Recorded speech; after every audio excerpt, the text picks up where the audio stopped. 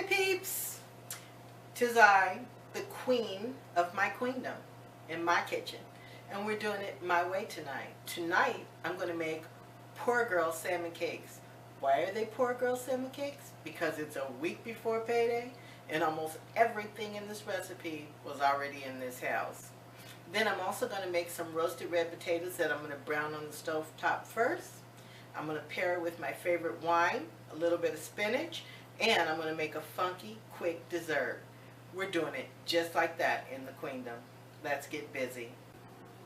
Okay, what I have here is the potatoes. They're red potatoes. I just cut them up, mixed them in some seasoning. Now I'm going to throw them on the stove, let them brown on the outside, throw them in the oven, about 365, 375, just until they're done, which is crispy on the outside and still just a little bit tender on the inside. And I'm going to start on the salmon cakes. Yum! Okay, so once I've finished doing them on the stove top, as you can see, they're not dark, they're just lightly browned. I take maybe about, well, it depends on how much garlic you like, but I take about a teaspoon, and you could certainly do this with fresh garlic. I like this because it's in juice already. And I'm just going to toss it in there. Now remember, I've already seasoned them, so you don't need to add any more seasoning. I just want to toss them around just a little bit. I have a foil covered baking sheet here. I cover everything in foil. I hate the cleanup when it's hard and you gotta scrub and all that. And besides that, I'm usually too tired by the time I get through stuffing my face. This is by no means a super healthy meal. Don't get it twisted. It's not that bad, but it's certainly not that good. It is super tasty though. Okay, so I've mixed them up in the garlic, and now I'm just going to stick them in the oven on 375 and let those cook and start on the salmon cakes.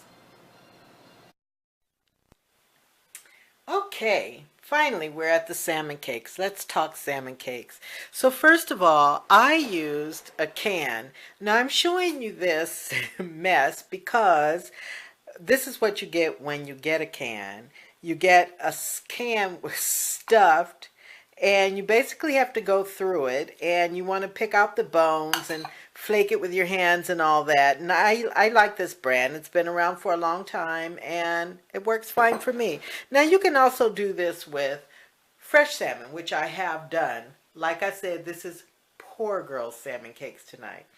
Okay, so what I have here is I have breadcrumbs, and it's about a cup and a half, a little more than a cup and a half. And I've got my salmon that I've already flaked and made sure there were no bones and cleaned all the skin or whatever. So I'm going to put about half of, well, more than half actually, about 3/4 of the breadcrumbs into the salmon mix.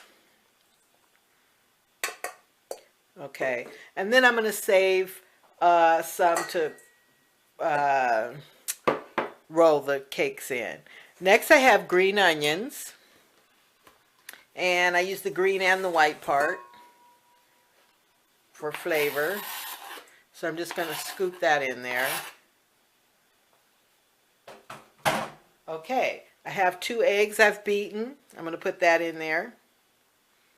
And everybody has their little secrets about what they do with their cakes, you know, and that's the thing about cooking. You always make it really about you, what you like, the flavors you like and everything. And that's what I do. I'm an experimenter, believe me. So I am actually going to put some lemon rind in mine. But before I do that, I'm going to tell you about seasonings. You can use what you like. You don't want to go heavy on the salt. You might want to salt it after you've made it. You know, let each person salt their own. So some of the seasonings I like to use are onion powder, and I just sprinkle in. I'm not going to give you exact measurements because everybody likes what everybody likes. Garlic powder, I have some Creole seasoning sent to me by my good friend Angie. She's a saucy one too. Whew. Can't wait to try her gumbo. And some cayenne pepper that she sent me. Just a little bit. You only want a teensy bit. Yep, that's good. Okay, then I'm also going to do some pepper. And I just have a little store grinder here. I got everything all ready to go. And I'm going to do some salt. This is my salt. I like using the pink salt crystals. Very good. Okay. Then I'm going to add a squeeze of Dijon mustard. And about a teaspoon, or maybe a little close to a tablespoon of sour cream. And there you have it. That's my mix. I'm going to mix this up, and then I'm going to put some lemon rind in it. Potatoes are done. Yum! Look at that. Okay, now here's the messy part. You can do this with rubber gloves or whatever you do. I'm just going to get in there and make it happen. So, depending on how big you want your patties, you want to get them out, make your patties. I plan on eating these suckers for a couple days at least, so I'm just going to make them, you know, not too big. So I got my breadcrumbs on a cutting board. I'm dipping, or I should say patting into the breadcrumbs like that. And I'm going to put them in my hot skillet. So I'm going to get those done and show you what they look like in the skillet.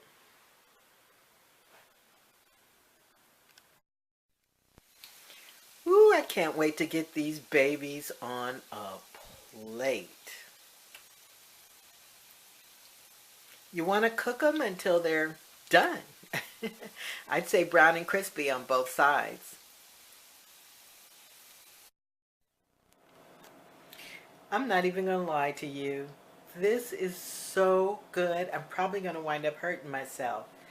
And dessert will come after. But first I have to stuff my face.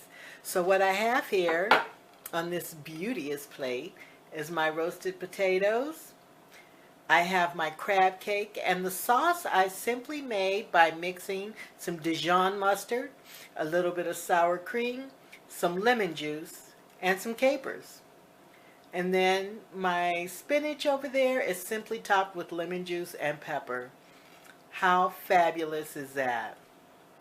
And then, of course, I'm going to pair it with my favorite white wine, which is this beautiful bottle right here. And there you have it. Yum! It's going to be good up here in the Queendom. Be back.